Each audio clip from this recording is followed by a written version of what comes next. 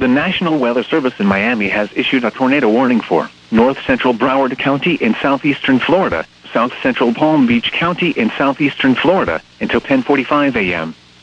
At 10:11 a.m., a tornado-producing storm was located over mile marker 30 on Alligator Alley, or 15 miles west of Sunrise, moving north at 25 miles an hour.